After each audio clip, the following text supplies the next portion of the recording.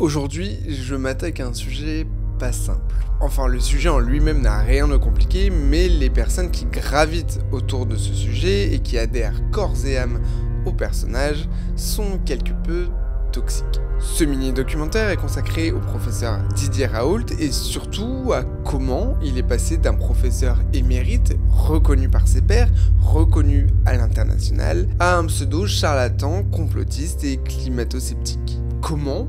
Pourquoi et au nom de quoi un professeur qui a baigné toute sa vie dans la science décide un jour de lui tourner le dos? Comment aujourd'hui encore Didier Raoult influence des centaines de milliers de personnes via sa chaîne YouTube ou son compte Twitter qui sont convaincus qu'il a raison et qu'il a toujours eu raison? Comment cet homme utilise deux des armes les plus puissantes du complotisme, le biais de confirmation et l'argument d'autorité. D'ailleurs, je peux déjà parier sur l'argument principal qui reviendra dans l'espace commentaire. Qui suis-je du haut de mon Master 2 pour critiquer un professeur aux multiples doctorats, aux multiples recherches et reconnu dans le monde entier? Tout ce dont je vais vous parler est bien évidemment sourcé et vous pourrez retrouver la bibliographie qui est plutôt conséquente en description de cette vidéo. Il s'agit de preuves apportées par des dizaines et des dizaines de personnes ayant travaillé des mois voire des années entières pour essayer de comprendre qui est ce professeur Didier Raoult.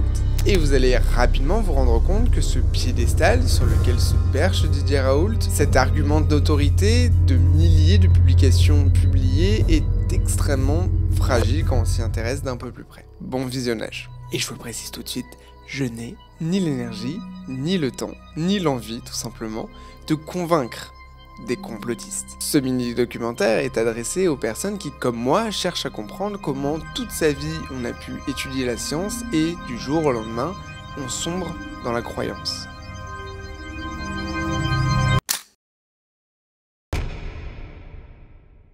Didier Raoult est né à Dakar, au Sénégal, le 13 mars 1952, où son père était médecin militaire. Sa mère est infirmière née à Marseille. Sa famille rentre en France en 1961, s'installant à Marseille.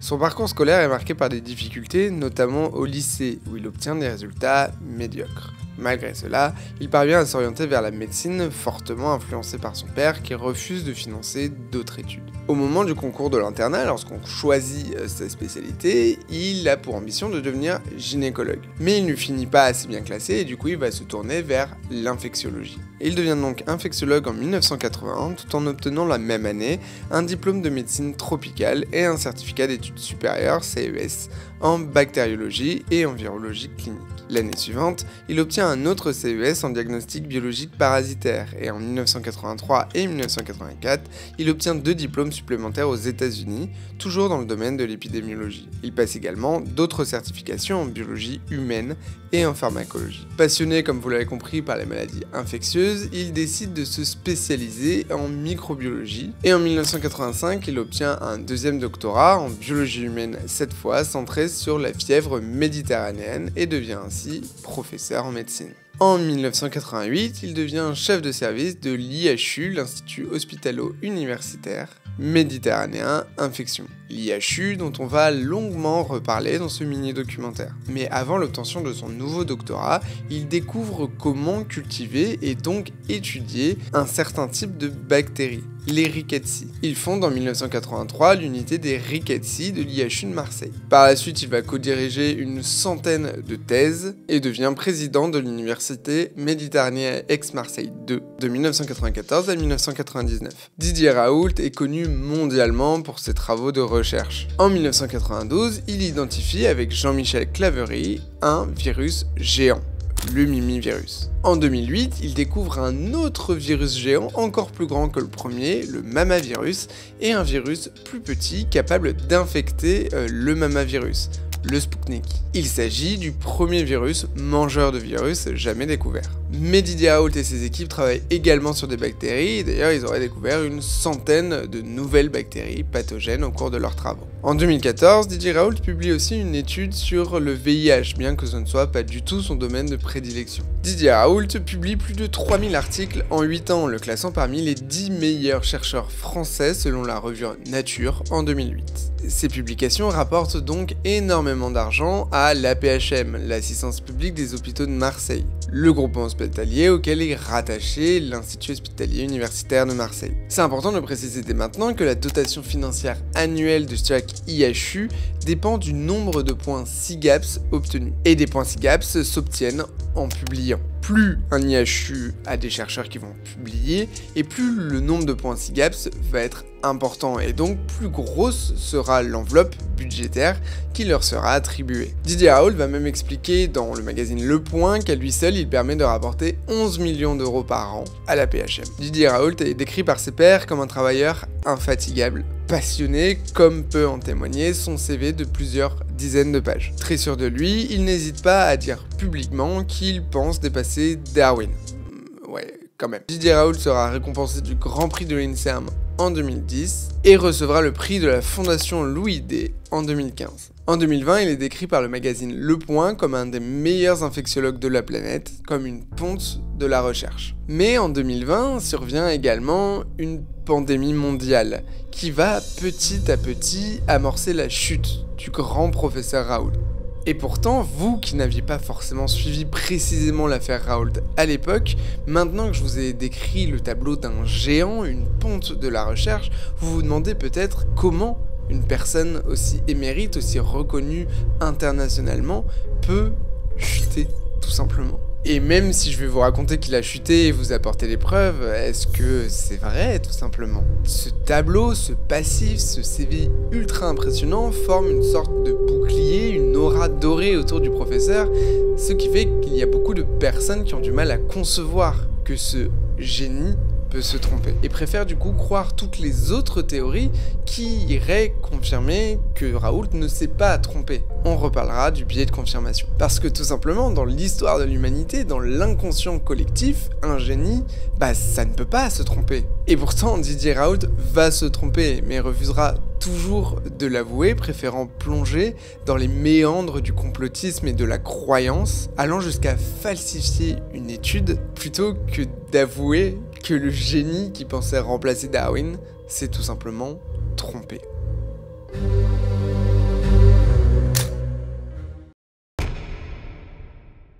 Le 1er décembre 2019, un nouveau virus est détecté à Wuhan.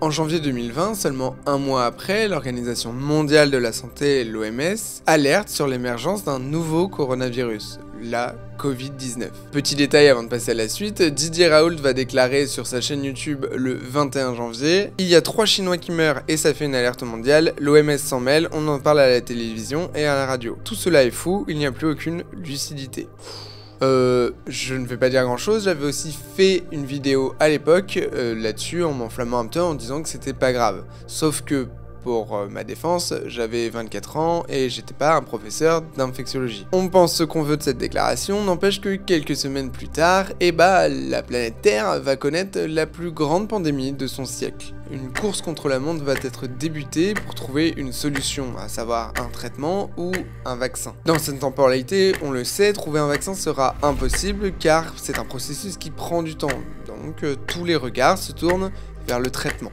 Le Covid-19 est un coronavirus, on ne peut donc pas utiliser des antibiotiques contre lui.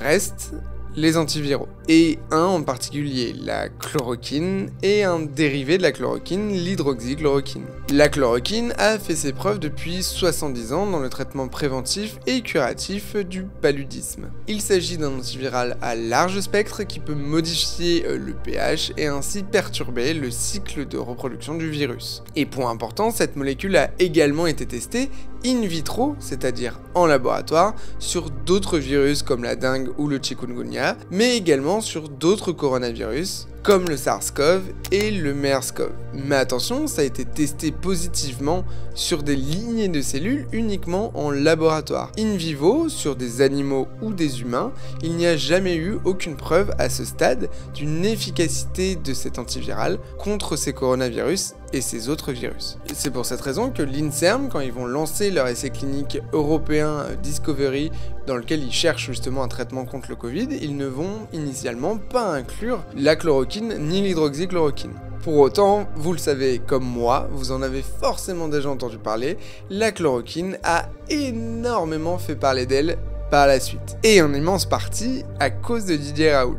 Je pense sincèrement que si Didier Raoult n'avait pas existé, on n'aurait pas autant parlé de cette molécule et il n'y aurait pas eu autant de débats autour de cette molécule. Si on remonte un peu en arrière, le 4 février, une équipe de chercheurs chinois publie une lettre dans la revue de recherche Cell Research. Dans cette lettre, ils décrivent que la chloroquine inhibe efficacement le Covid-19, mais toujours in vitro, en laboratoire. Ils recommandent, à juste titre dans la lettre, de tester rapidement cette molécule sur des malades, car elle présente notamment un énorme avantage, son faible coût. C'est peut-être un détail, le coût, à ce stade, mais vous allez voir par la suite, dans la genèse de toutes les fake news qu'il y a eu autour de la chloroquine, que cet argument est conséquent. Suite à la publication de cette lettre, une quinzaine d'essais cliniques sont lancés pour tester la chloroquine et l'hydroxychloroquine sur des patients en Chine. 15 jours plus tard seulement, des résultats sont publiés dans une pré-publication dans la revue Bioscience Trends.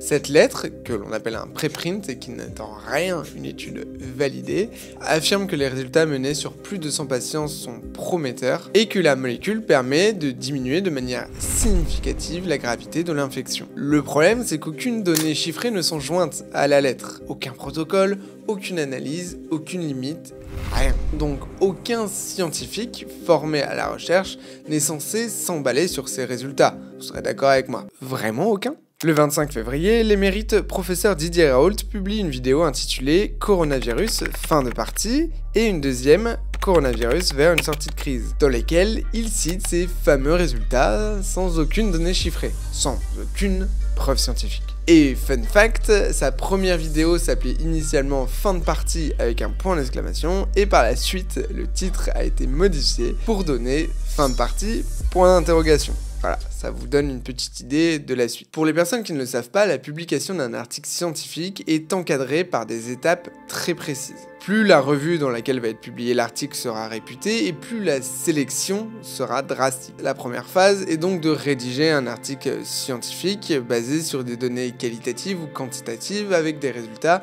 significatifs ou non, parce qu'on fait une théorie de départ et l'expérience que l'on fait va pas forcément vérifier justement cette théorie, cette hypothèse de recherche. Ensuite, cet article sera relu par un pair avant sa soumission à une revue scientifique. Débutera alors la phase d'évaluation par le comité de lecture qui analysera de façon ultra précise les données de la recherche, la méthodologie, les biais, les limites, les conflits d'intérêts, etc. Ensuite, ou en parallèle, aura lieu la deuxième phase d'évaluation, le peer reviewing, à l'aveugle.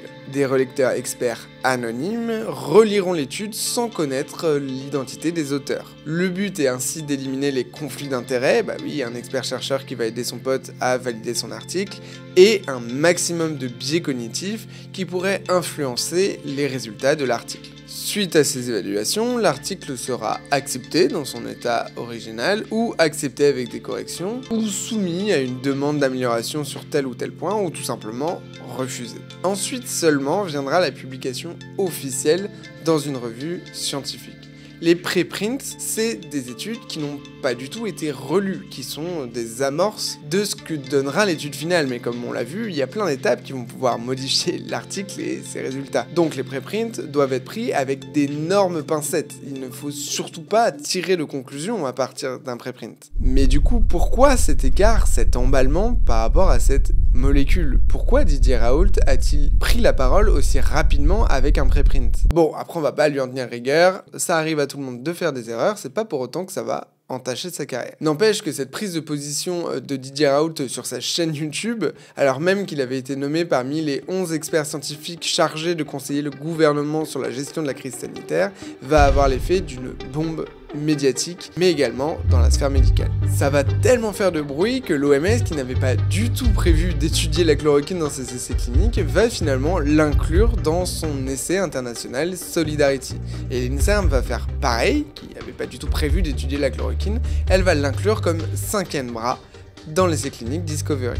De son côté, Raoult, lui, va mener un essai clinique à l'IHU de Marseille, indépendant de celui de l'INSERM. Le 6 mars 2020 débute cet essai avec le Plaquenil, qui est de l'hydroxychloroquine, du coup un dérivé de la chloroquine. Cette molécule est commercialisée par le laboratoire français Sanofi et fun fact, le labo a proposé d'offrir 1 million de doses, de quoi soigner 300 000 patients, dans le cadre de cet essai. Ça colle pas trop avec la théorie dont on va un petit peu reparler de Big Pharma et de la chloroquine du coup qui est offerte directement par les labos. À partir de maintenant, on parlera quasiment plus que d'hydroxychloroquine et plus de chloroquine. On a choisi l'hydroxychloroquine car c'est un médicament plus sûr que la chloroquine et la dose d'efficacité est plus éloignée de la dose toxique. Quelque chose dont on parlera pas trop ici, mais la chloroquine a des effets secondaires importants et il faut les prendre en compte. Et historiquement, c'est particulièrement l'hydroxychloroquine qui avait montré in vitro en laboratoire une efficacité contre le Covid-19.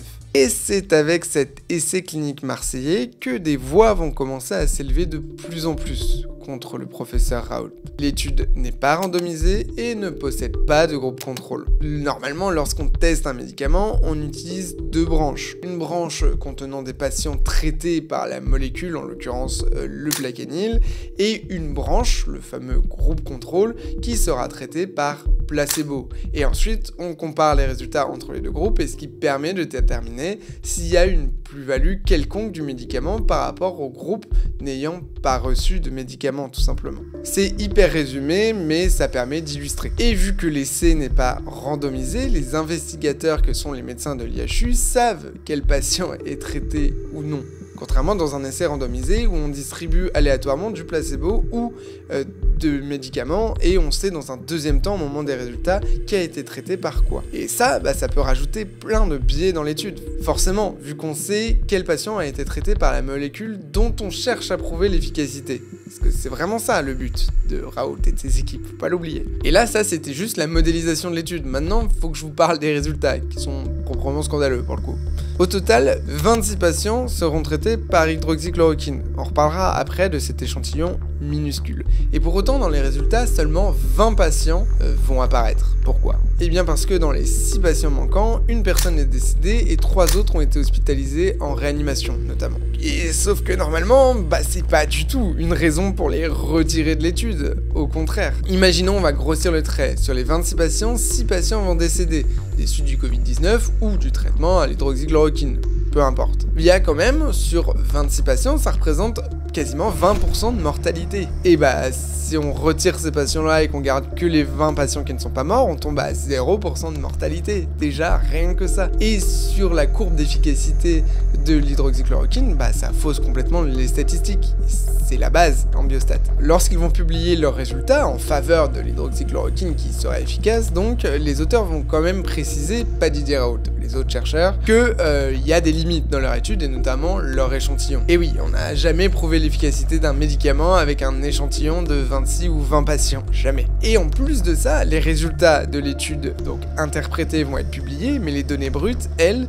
ne seront jamais rendues publiques. Donc en fait, on peut pas vérifier avec quelle méthodologie ils ont interprété les résultats bruts pour donner les résultats qui sont présents dans l'article scientifique. Et tout simplement, ça empêche aussi d'autres équipes de reprendre le protocole de l'IHU de Marseille pour tenter de reproduire ces résultats. Ça va à l'encontre de toutes les règles de la recherche scientifique dans le monde. Et d'ailleurs, en novembre 2022, les journalistes de complément d'enquête vont apporter la preuve que les données de cette étude ont été manipulées. Et la vice-présidente de l'IHU de Marseille qualifiera même cette étude de frauduleuse. Mais en 2020, aucune preuve n'est apportée contre Didier Raoult qui continue sa croisade avec l'hydroxychloroquine en annonçant le 22 mars que tous les patients de l'IHU de Marseille seront seront traités avec le combo hydroxychloroquine-azithromycine. Le lendemain, le ministre de la Santé autorise publiquement l'usage des molécules contre les formes graves de Covid à l'hôpital uniquement sous les conseils du Haut Conseil de la Santé publique. L'utilisation de ces molécules sera déconseillée dans les autres cas, en attendant les résultats des essais Discovery et Solidarity. Le 27 mars, Didier Raoult publie une deuxième étude sur le site de l'IHU, comptant cette fois un échantillon de 80 patients, mais là encore, sans groupe contrôle. Les résultats de son étude semblent être significatifs en faveur de l'hydroxychloroquine, mais de très nombreux experts les critiquent puisque le taux de guérison semble proche du taux de guérison de base du Covid-19. Et oui, le Covid-19 ne tue pas tout le monde. Il y a un énorme taux de guérison du Covid-19. Se pose donc la question de la responsabilité de l'hydroxychloroquine versus rien, le néant. Ne pas donner d'hydroxychloroquine semble donner les mêmes résultats. On peut donc pas prouver que l'hydroxychloroquine a un quelconque effet sur le Covid-19. Et ça, de toute façon, c'est impossible à savoir sans groupe contrôle. Et petit détail, cette étude sera publiée en avril dans une revue dont le directeur éditorial fait partie de l'IHU. Ouais, encore un bon gros conflit d'intérêts. Mais le professeur marseillais n'en démord pas et continue à affirmer haut et fort que cette molécule est la solution contre le Covid-19. Il affichera une troisième étude sur son site le 9 avril avec un échantillon de 1000 patients et avec cette fois un groupe contrôle. Pas du tout. Encore une fois, aucun groupe contrôle ne permet de déterminer si la molécule est pour une quelconque raison responsable de la guérison des patients. Il n'y a pas de groupe contrôle. Pour autant, malgré ça, le président de la République va lui-même se déplacer pour aller voir les résultats novateurs de cette étude qui ne vaut rien puisqu'il n'y a pas de groupe contrôle, encore une fois. D'autres spécialistes vont pointer du doigt que les résultats sont proches des résultats que l'on obtient sans médicaments pour les patients. Mais Didier Raoult continue en parlant même d'hallucination collective des médias contre l'hydroxychloroquine. Le monde est contre lui, Big Pharma est contre lui parce qu'il détient une solution simple contre le Covid que tout le monde refuse de voir. Parce que ça ne rapporte pas d'argent. Trump, qui a une influence mondiale, va en rajouter une couche puisqu'il dit haut et fort qu'il a testé le protocole Raoult et qu'il s'en porte très bien. Et au milieu de tout ça, le 22 mai 2020, un drame va se produire dans la communauté scientifique qui va donner un peu plus de poids, un peu plus de vérité aux paroles de Didier Raoult, agrandissant par la même occasion la méfiance contre le monde scientifique standard. Une étude est publiée dans The Lancet, aka la grosse revue internationale scientifique, qui démontre que l'hydroxychloroquine est dangereuse pour les patients. Instantanément, les essais Discovery de l'INSERM et Solidarity de l'OMS arrêtent leurs bras dédiés à l'étude de cette molécule. Et dans la foulée, 16 autres essais cliniques français s'arrêtent immédiatement. Sauf que le problème, c'est que cette étude publiée dans The Lancet ne vaut absolument rien. Elle a été falsifiée et elle sera retirée le 4 juin 2020. Les essais cliniques reprennent sur l'hydroxychloroquine. Mais le mal est fait. Une revue internationale ultra réputée s'est trompée. Alors que Didier Raoult, pour le commun des mortels, lui, il ne se trompe pas. Il affirme ne jamais se tromper et il apporte la preuve qu'il ne s'est jamais trompé.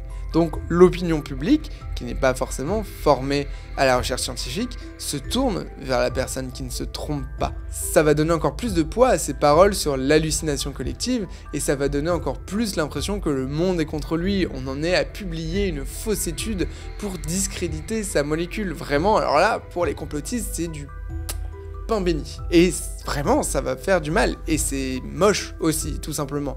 Je peux pas dire que c'est excusable. C'est terrible dans la communauté scientifique de permettre ça. Et c'est terrible pour The Lancet d'avoir permis la publication de cette étude. Et dans ce contexte, alors même que l'étude n'a pas encore été retirée, Didier Raoult va abattre ce qu'il considère comme être sa dernière carte le 27 mai 2020. La pièce qui est censée clore définitivement le débat sur l'hydroxychloroquine. Une étude comparative rétrospective portant sur plus de 4000 patients hospitalisés à l'IHU, qu'il décrit comme la plus grande cohorte de suivi dans un seul et même centre dans le monde. Les résultats sont qu'un diagnostic précoce et un traitement précoce avec au moins 3 jours d'hydroxychloroquine et d'azithromycine permettraient d'obtenir de bien meilleurs résultats que les autres traitements. Didier Raoult est triomphant au sommet de sa gloire. Il a enfin réussi à créer une étude qui fera taire toutes les personnes qui disent qu'il se trompe. Sauf que Quelques jours plus tard, l'essai contrôlé et randomisé, lui pour le coup, anglais Recovery, qui ne s'était pas stoppé pendant l'affaire The Lancet, publie ses résultats. L'hydroxychloroquine n'a aucun effet bénéfique ou toxique sur les patients atteints de Covid-19. Et quelques semaines plus tard, les essais Solidarity et Discovery donneront exactement les mêmes résultats. Et si bien que l'OMS décidera l'arrêt total du bras testant l'hydroxychloroquine le 17 juin 2020. C'est terminé. La molécule a été testée dans des essais cliniques géants internationaux, randomisés, contrôlés, et ne montre aucune plus-value dans l'infection au Covid-19. Il faut arrêter le délire avec l'hydroxychloroquine. Didier Raoult s'est trompé. Personne n'est infaillible. L'erreur est humaine. Les seules choses qu'on demande à tout humain qui se trompe, c'est 1. De le reconnaître, 2. S'excuser, et 3. Mettre en place des actions correctives pour éviter que cette erreur se reproduise. C'est le schéma classique de gestion d'une erreur dans le milieu hospitalier.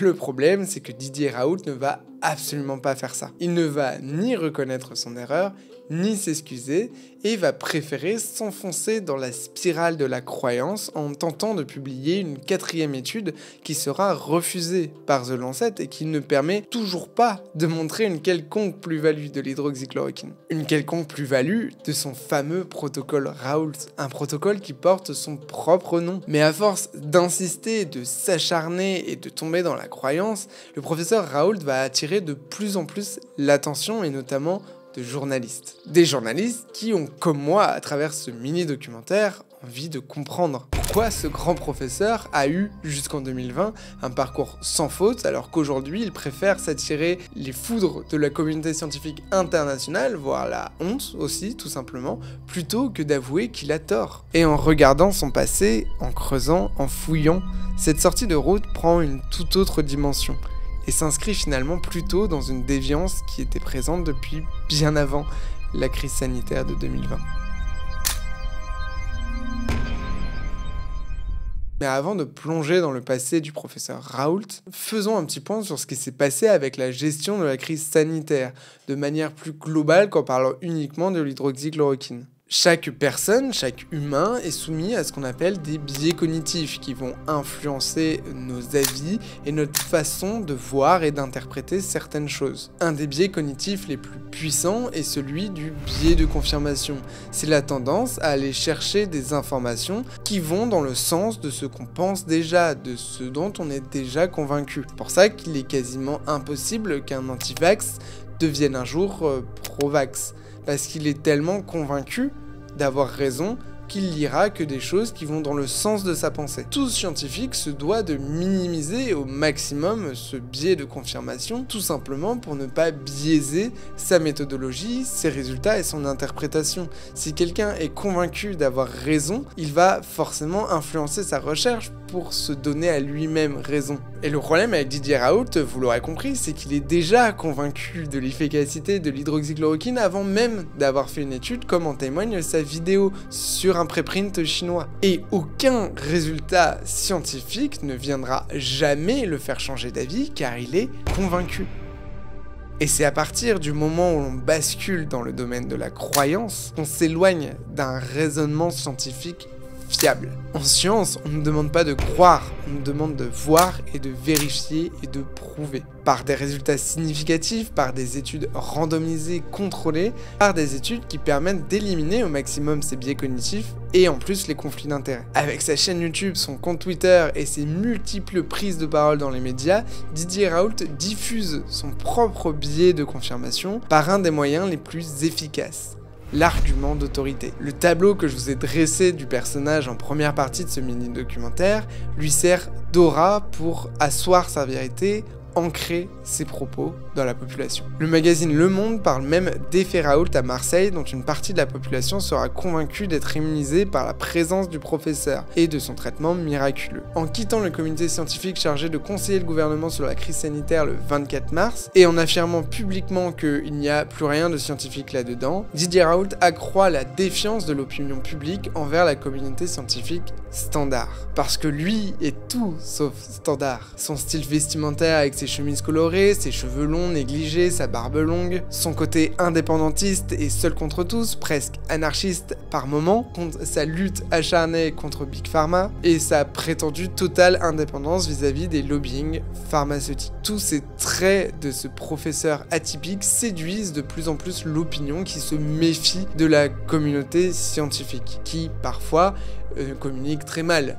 L'interprétation des préprints a été aussi faite par la communauté scientifique standard. Donc l'opinion publique, ils savent plus vers qui se tourner, et il y a ce professeur Didier Raoult qui sort du lot, qui semble un peu à côté, qui semble être un rebelle. Il va toucher cette partie de la population qui se méfie de plus en plus de la science et qui vont considérer Raoult comme une sorte de rempart contre l'influence de Big Pharma. Et oui, parce que lui, il a un traitement qui ne coûte rien et qui ne va pas enrichir les labos. Et c'est ça qui dérange la communauté scientifique d'après cette partie de la population. Les prises de parole de Didier Raoult de l'ordre de la croyance se sont multipliées en 2020. Le 21 mars 2020, il dit publiquement « Là, on est à moins de 500 morts en France, on va voir si on arrive à en tuer 10 000, mais ça m'étonnerait. » Le 7 avril, 2 semaines plus tard, le seuil est atteint. Encore une semaine plus tard, et on est à 20 000 morts, donc le double de la semaine d'avant. En mai 2022, sur le plateau de Touche pas à mon poste, il déclare que les vaccins contre le Covid ont une efficacité de 6 semaines seulement. Il cite aucune source et en même temps, il n'y a aucune source qui permet de prouver ça. C'est vraiment pour le coup de l'ordre de la fake news. Aucune étude n'a jamais montré cette durée d'efficacité du vaccin. Mais les personnes qui l'écoutent n'ont pas besoin de preuves. Si Didier Raoult affirme quelque chose, c'est que c'est vrai. En plus du combo mortel du biais de confirmation et de l'argument d'autorité, on arrive également avec le biais de l'aura. Didier Raoult devient une personnalité publique, presque un créateur de contenu sur les réseaux sociaux. Et donc du coup, il profite de cette espèce de biais de l'aura qu'a le personnage et qui va permettre encore une fois d'asseoir ses arguments sans que les personnes en face n'aient besoin d'aller vérifier la véracité des propos. Un exemple typique est sa confrontation avec le sénateur et médecin Bernard Jomier, qui lui dit « Dans le monde entier, l'hydroxychloroquine n'est plus utilisée. Est-ce que cela signifie que le monde entier est dans l'erreur ?» Ce à quoi Didier Raoult répond « Vous émettez une opinion scientifique et vous voyez, je ne suis pas d'accord. Que chacun fasse son métier et les vaches seront bien gardées. » Dans cette phrase, Didier Raoult utilise directement l'argument d'autorité. Je suis chercheur, vous, non. Mais il utilise également, et ça le trahit un petit peu, le mot opinion scientifique. Mais l'opinion d'une personne seule dans la science, ça ne vaut mais strictement rien. Une personne seule face à des dizaines et des dizaines de chercheurs qui sont d'accord entre eux à travers le monde, dans une échelle de temps et un contexte comme celui de 2020, a forcément tort. L'opinion, l'avis, les convictions, les croyances n'ont absolument rien à faire dans un argumentaire scientifique. L'ancien directeur de recherche de l'INSERM, Axel Kahn, a parfaitement résumé la problématique de Raoult. C'est un scientifique de haute volée, directeur de l'un des 6 IHU français, les perles de la recherche hospitalo-universitaire, doté d'un budget de l'ordre de 120 millions d'euros par an. On attendait de lui de la belle science, robuste, contrôlée. Pas des publications hebdomadaires à grand succès sur YouTube. La mobilisation sur un tel sujet d'un invraisemblable mouvement d'opinion qui restera dans les annales, des articles bâclés dans les revues maison. Bon, je pense que vous avez compris l'impact extrêmement néfaste qu'il a eu au-delà de son acharnement sur l'hydroxychloroquine. Et il est maintenant temps de plonger un petit peu plus dans son passé. Dans l'aura dorée du professeur Raoult, il y a son nombre de publications, plus de 3000 en 8 ans. C'est un nombre qui est absolument titanesque et donc un sacré argument d'autorité. Pourtant, Didier Raoult se voit privé du label de l'INSERM et du CNRS en 2018. 2 de ces établissements de tutelle. Mediapart a réalisé un travail titanesque pour mettre en lumière cette histoire en consultant notamment les rapports scientifiques instruits par le Haut Conseil de l'évaluation de la recherche et de l'enseignement supérieur. Les évaluateurs pointent du doigt de nombreuses fautes d'analyse épidémiologique, de vérification et de recherche approfondie et concluent que le travail de certaines équipes du laboratoire du professeur Raoult n'apporte pas de bénéfices scientifiques. Précise également que les équipes de l'unité dédiée à la recherche de nouvelles bactéries et nouveaux virus pratiquent du travail à la chaîne, en privilégiant la quantité de publications à la qualité. En gros, obtenir le plus de points SIGAPS possible pour obtenir le plus de financement possible, et par la même occasion, la plus grosse renommée pour Didier Raoult.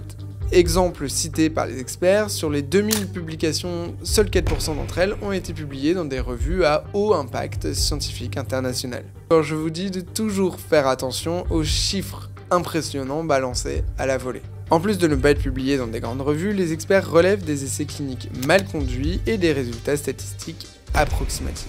Et là, on est bien avant l'histoire de l'hydroxychloroquine et il y a déjà des grosses failles dans le système de l'IHU. Dans leur rapport, ils mentionnent également la création du journal New Microbes and New Infections, qui permet aux chercheurs de l'IHU de publier leurs articles qui auraient été refusés par d'autres revues scientifiques. Tout en sachant que plein de chercheurs de l'IHU font partie du comité éditorial de cette revue. Donc là, en termes de phase d'évaluation et de conflit d'intérêts, ça ne marche pas beaucoup. Déjà à ce moment-là, les rapports mentionnent l'adversité dont fait preuve Didier Raoult vis-à-vis d'autres laboratoires français ou internationaux, ceux qui entraînent l'isolement progressif de l'IHU de Marseille vis-à-vis des autres IHU français. Et ça, encore une fois, pour la recherche, c'est pas bon. La recherche menée dans son coin et non partagée et non faite avec les autres IHU, ça biaise beaucoup de choses. Et au-delà de l'IHU en lui-même, le nombre de publications de Didier Raoult est totalement biaisé, parce qu'en fait, il va co-signer la quasi-totalité des recherches faites à l'IHU qu'il y ait participé de près,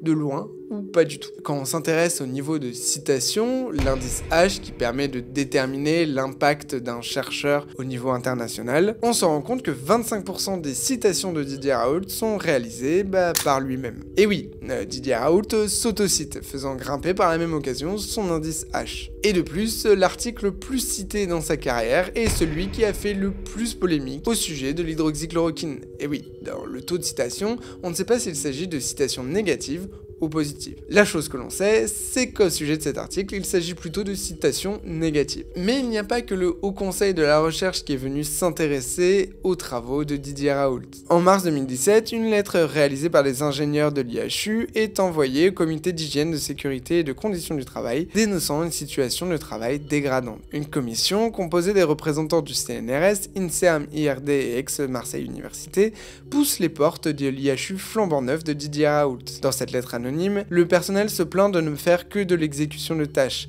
et évoque une situation de souffrance due au non-respect des règles élémentaires de conditions de travail. Le rapport de la commission évoque des falsifications de résultats d'expérience à la demande d'un chercheur, la sensation d'être des pions à la merci du professeur Raoult et l'impossibilité de contredire ou même de discuter avec le professeur. Mais le rapport de cette commission n'entraînera aucune sanction avant le retrait du label INSERM et CNRS en 2018. En 2022, la maison d'édition PLOS étudie de près 100 articles publiés par l'IHU et alerte sur 49 d'entre eux, dont 48 ont été publiés par Didier Raoult. Je vais vous passer la partie sur les finances, les petits sous-sous, le flouze, tout ça. C'est très intéressant, mais c'est un peu long et ça fait déjà longtemps que je suis en train de parler devant cette caméra. Donc je vais essayer de résumer ça très rapidement. Déjà, le rapport de Mediapart pointe de nombreuses incohérences et des données manquantes et de l'argent qui a un petit peu tendance à s'évaporer. Mais le détail que je trouve intéressant et croustillant, c'est que l'IHU, entre 2012 et 2020, a reçu plus d'1 million d'euros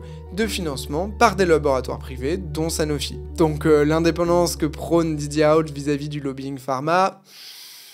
Voilà. Post-Covid, une guerre éclate littéralement entre Didier Raoult et de très nombreuses personnes. Déjà, je le dis d'emblée, il porte plainte contre je ne sais plus combien de personnes pour diffamation. On en reparlera dans une minute. La Société savante de pathologie infectieuse de langue française, la SPILF, porte plainte contre lui auprès de l'Ordre des médecins en juillet 2020. En décembre 2020, c'est l'Ordre des médecins lui-même qui porte plainte contre 6 médecins dont Didier Raoult et également les complotistes Professeur Joyeux et Professeur Perron, qui apparaîtront notamment dans le film complotiste Hold Up. Il sera sanctionné uniquement d'un blâme. Il va perdre son procès contre une infectiologue parisienne, Karine Lacombe, qui l'accusait de diffamation, et d'ailleurs il va perdre la totalité de ses procès pour diffamation. Peut-être qu'il va essayer de m'attaquer pour diffamation avec ce mini-documentaire.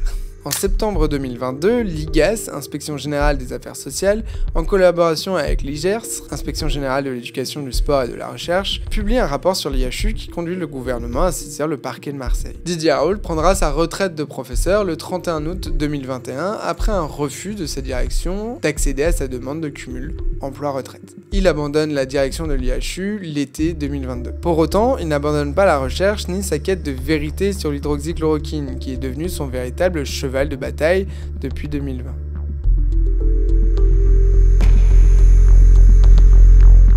Bienvenue dans ce dernier arc narratif de ce mini-documentaire, ce dernier chapitre, la nouvelle et dernière étude de Raoult sur l'hydroxychloroquine. On est en 2023, vous commencez à connaître la musique, la méthode scientifique de Didier Raoult n'a pas bougé d'un millimètre en 3 ans. En avril 2023, Didier Raoult publie un préprint qui n'a ni été relu par des pairs ni soumis à un comité de lecture, portant sur 30 000 patients atteints de Covid-19 et pris en charge à l'IHU entre mars 2020 et le 31 décembre 2021. Et dans ce papier, devinez quoi? Roulement de tambour. Didier Raoult décrit l'efficacité du protocole Raoult du combo azithromycine-hydroxychloroquine dans la prise en charge du Covid-19. 3 ans après, donc, que des essais internationaux aient prouvé le contraire. Bon, je vous passe les détails parce que ça fait trop de fois que je vous parle d'articles scientifiques. Toutes les références sont en description si ça vous dit d'aller regarder, mais clairement, son étude n'est pas du tout bien accueillie par la communauté scientifique internationale qui considère les résultats comme pas du tout probants.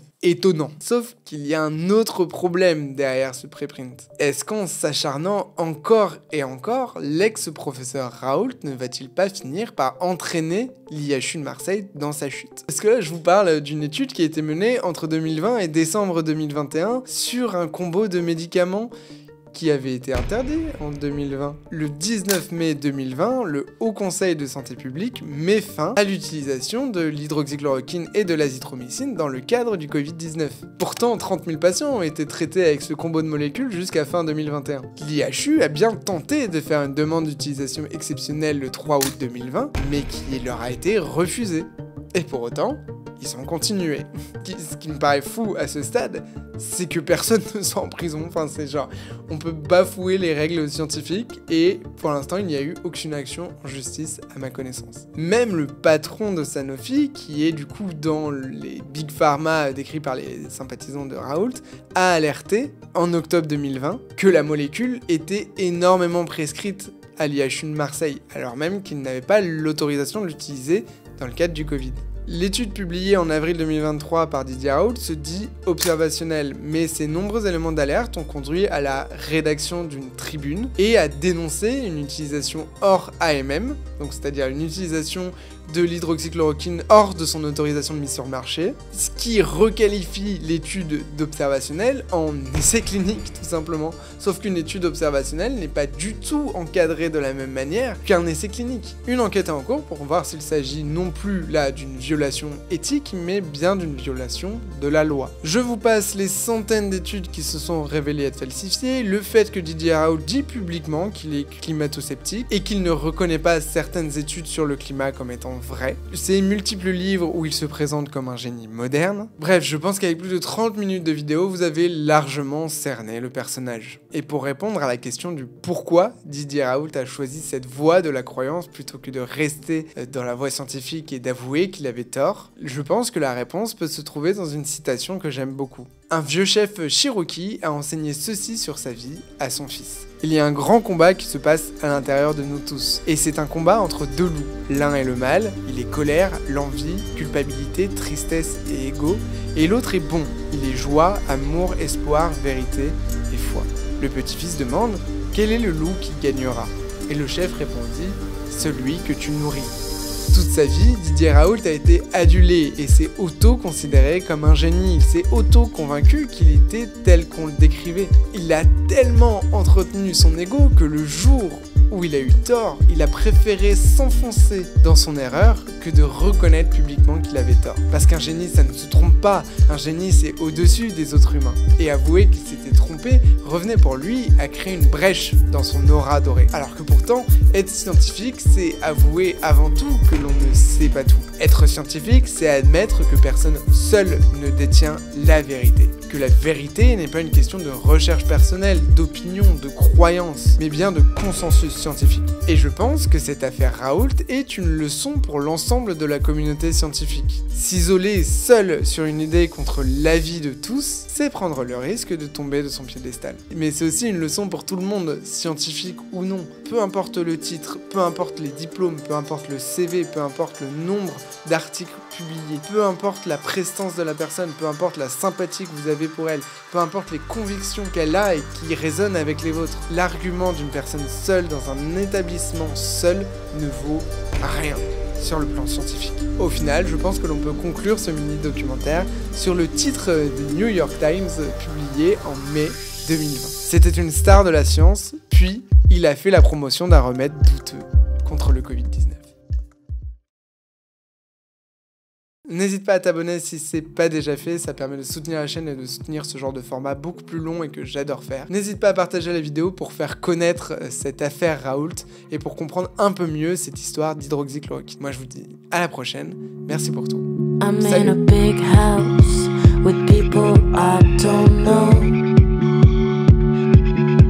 There's a reason, but it's not